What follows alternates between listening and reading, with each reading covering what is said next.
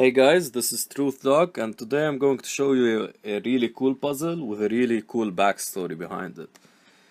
Um, also one thing about the title, it's a bit clickbaity, I know, but it's factually correct, and I decided to put it to increase viewer interest.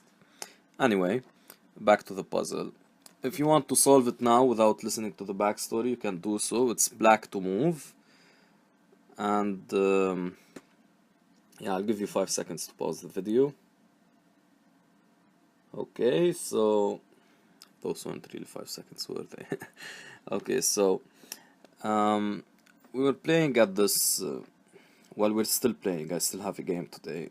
It's the Lebanese clubs championship, and I had black here, and my opponent beat two 1800s, almost 1900, one of them, who's had really great results in the past, like the 1900, and he's unfortunately 1500 because he got the rating a year ago from some tournament in Europe. So he was underrated. I didn't want to lose rating points. I've tried to focus as much as I could, but I knew it would be a tough game. And I played a weird opening, as usual. He outplayed me a bit, as usual. Yeah, so he outplayed me in the opening and we reached this position. He played a marvelous middle game. He played a really nice exchange sacrifice, as you can see. He's black, obviously. And yeah, so we reached this position and he was in time pressure though, and I was calculating really heavily and thought I had everything covered. But apparently I did not. So anyway, um, I looked at the game afterward with him. I had the engine on my phone, and my friend and I were really surprised to see this move, the puzzle move. We were so surprised, in fact, we decided to put it in the Skittles room. It's not really a Skittles room, it's just like a room outside where there is chessboard. Skittles Lounge, I guess, would be more accurate. So we put it there and we tested two IMs on it. And after 5 minutes, they couldn't find a move. And they tried like 4 to 5 moves. I'm not kidding. I'll show you what moves they tried. And they tried those moves, and yeah. Um, but they didn't find it. But then a GM came, so the rating kept increasing further in this Skittles Lounge, as I remarked there, and he found it in 5 seconds. Then our uh, our team's GM came and he found it in like 15 seconds. And then a 2650 GM who, yeah, I won't mention anything about him, but yeah, he found it also in like 15 seconds. So it was really amazing to see. I mean, like the GMs found it very quickly, but the IMs didn't. And not only IMs, we tested like 2200s on it. One 2200, he didn't find it. Another 2000, another 2100. So it was really interesting to see. I mean, like this move here isn't very difficult to find, but it requires deep understanding of the position. And it's not the only winning move. I mean, other moves sort of win, but they're very long. They're very long wins. Like we're talking like anything could happen. White could still win, but after the text move, White, it's almost impossible to win because yeah, the text move is that strong. I'll show you the computer evaluations later, but anyway, it's yeah, that. So as a scientist or scientist wannabe, I'm very interested in this stuff. Like why did GMs find it and IMs didn't? It would be interesting to make like 100 puzzle study on this and see if GMs, well, the hypothesis is that GMs would score better, but we could see that what types of positions these GMs are scoring better on and how they think, like could do a lot of interesting statistics on that. So that would be a very interesting study to conduct. I think there are too few chess studies, and chess studies would really help improve improve the game, how it's played, how people think about it. It would increase, like, it would very highly increase the speed with which people learn. It's very important, I think, the speed with which you learn. It's more rewarding, like, to become a 2000 in 1 year than in 5, right? I mean, people like short. It's more rewarding to see that instant progress, that, like an epiphany. That's what's beautiful about it. So there are ways to do that now, but we could further improve them. One of the most important is, of course, analyzing your games. So yeah. Anyway, I'm going on a bit of a tangent here, but you get what I'm saying. So it was very interesting, this this backstory behind this puzzle. Anyway, let's talk a bit about the position before I present the move, because you have to have a deep understanding of the position to get the move, and I guess that's what GMs do. They have deep understanding of positions. So Black would like to put his queen on f1. Why? To threaten g2 and threaten f2 at the same time. The only problem is White is covering f2. So after queen f1, White just goes rook g3. I'm sorry, no, rook g3 would illustrate a certain point, which is that queen h1 mates. So yeah, of course I saw this during the game. So rook g3 is not possible, but rook g5 is.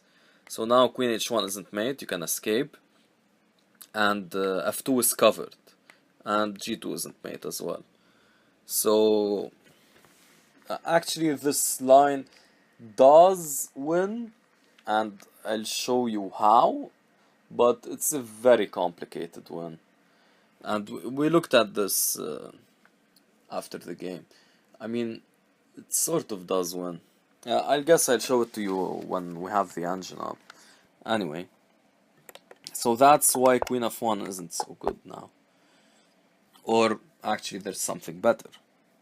So how do you make queen f1 better? Well, this tactic is basically deflection. Deflection is one of the most oft missed tactics, I guess. Well, from my experience. So the move here is da da da dum. See my cursor? It's b6. If White takes, he loses a rook. And if White takes with the rook, he's no longer covering f2, so we play queen f1. And not only is he not covering f2, but he also doesn't have rook g5, so he can't cover g2 well. And after b6, what is White to do? He doesn't have a move, right? If he goes rook g5, we just take, because the queen is still on c1. So White doesn't have a move, and he's completely lost, funnily enough. But this move was missed by the IMs and the others, the 1200, 1100, everyone under GM level, because, well, yeah, it's a difficult move to find. Like, who would think of moving this queenside pawn? There's no real purpose behind it. Now, bishop c6 was a proposed move, and I think f5, no, f5 wasn't a proposed move. Queen f1 was, of course, a proposed move. I'm trying to remember here. I think rook d8 was a proposed move. What else? There was something, even g5 was a proposed move, but g5 there's just takes, and this. So yeah, these were the proposed moves. Okay, I guess we can move on to the comp analysis now. And here's the comp analysis. So we can we can see how much b6 is winning compared to other moves. My pawn played, as you can see, f6, which basically almost draws the game, and he went on to lose. I'll show you that in a bit. We'll take a brief look at the game. So here, let's take a look at queen f1, rook g5, there's queen h1, king g3, f6, and now, what was difficult to see, apparently this is -2, I guess. But rook g4 loses spectacularly, and this is what I would have played. This is actually what I calculated. And it loses spectacularly. Let's just decrease the number of lines here to 1. So it loses spectacularly to bishop g2. Let me show you this from the black side. It's more interesting. So here, it repeated all the analysis, I guess. Okay, anyway, I'm sort of showing you the game now. Sorry about that. Anyway, so here, queen f1, and the comp is a bit slow now. Just a second here. Wait, oh, it's black to move. It's not that the comp is slow. Okay, queen f1, and now rook g5, queen h2. Sorry, that was bad. I'm terrible with clumsiness. I'm good at clumsiness. So this, and now the amazing move, f6, and I guess this is like -1, -2, white holds on, but after this, white loses spectacularly to this, and that's just spectacular. You're threatening h3, so you have to defend that. This would be no bueno because of e5 check, and king f5, and you're going to get mauled here. Yeah, this is just over here, and you threaten queen c6, and okay, the comp gives this, you have to give up the queen, you're losing a lot of material, you're mated. Okay, so, oh, I skipped back too far.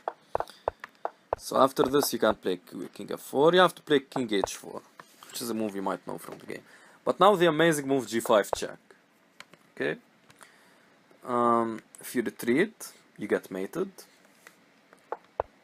queen h3, and if you take en passant, which is the only other move, because if you take, you lose. So if you take en passant, there's this amazing move. This amazing move. Is it the only winning move? I want to... Yeah, it's the only winning move. So you had to calculate all of this, that there's king g7, since when? Since like, how much ply is this? 1, 2, 3, 4, 5, 6, 7, bishop g2, h4, 9, 7, 8, 9, 10, king g3, 10, king g7. So I had to calculate 10 ply deep to make sure that you're winning here. Here you're winning because of the check, and h3 can't be defended really. If you play something like this, just a check, and h3 is still undefended because you can't go here with the king. So yeah, this was one possibility.